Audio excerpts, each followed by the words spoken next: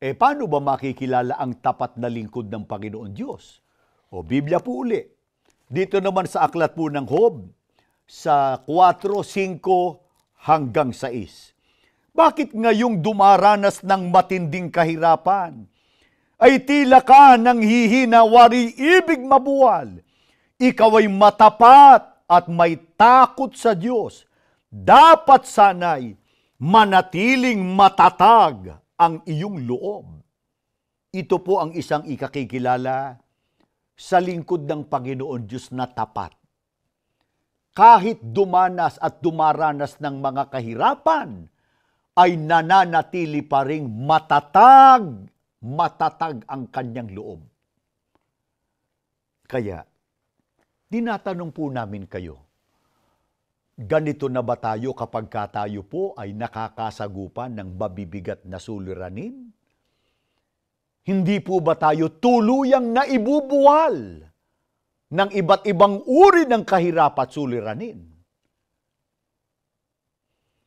Bakit po hindi nanghihina ang tapat na lingkod ng Panginoon Diyos? Anong kapalaran ng tapat? Basahin natin sa talatang 7. Isip-isipin mo, sinong tapat ang nasawi at sino ang matuwid na hindi niya kinandili? Ano po ang sinasabi ng Biblia? Kaya inaakit tayo ng Panginoon Diyos na mamuhay sa pagtatapat sa Kanya. Ang mga salitang ito po ay nasa uring rhetorical question, tanong na naroon na rin ang kasagutan. Ang sabi po, isip-isipin mo, sinong tapat ang nasawi? At sino ang matuwid na hindi niya kinandili?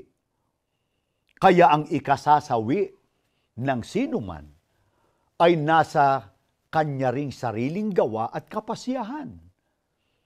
Ang lingkod po ng Panginoon Diyos noon na ang pinili ay ang katapatan, ay naging mapalad at kinandili ng ating Panginoon Diyos. Alam po ba ninyo kung anong pangako ng ating Panginoong Diyos sa pamamagitan ng ating Panginoon Jesucristo sa mga lingkod niyang mananatiling tapat?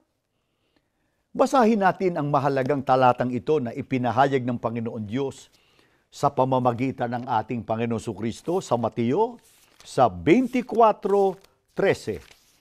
Datapwat, ang manatiling tapat hanggang wakas ay maliligtas. Pagka tayo po na malaging tapat, yun ang ating ikaliligtas. Kaya dito sa Iglesia ni Cristo, ay patuloy na itinuturo po sa mga kaanib sa Iglesia na manindigan sa katapatan, sa pagsunod sa lahat po ng mga aral ng Panginoon Diyos. Anuman ang mangyari, at sino man po ang dumating sa ating buhay, ang manatiling tapat hanggang wakas. Wakas man ng mundo, yun ang araw ng paghuhukom. O wakas ng ating buhay, yun ang ating kamatayan. Kapag nanatili tayong tapat, tiniyak po sa talata ng Biblia, ang gayon na ang maliligtas. Kaya bilang pagwawakas, ito po ang aming iiwang mensahe para po sa inyong lahat. Mamimili lang po tayo sa dalawa. Sa lahat ng mga kaanib sa Iglesia. Tatalikod sa Diyos o mananatili tayong tapat sa Kanya. Tandaan po natin na mula pa noong una ay sinabi na ng Panginoon Diyos ang dapat piliin ng tao. Ang buhay, hindi po ang kamatayan. Ang kaligtasan at hindi po ang kapahamakan.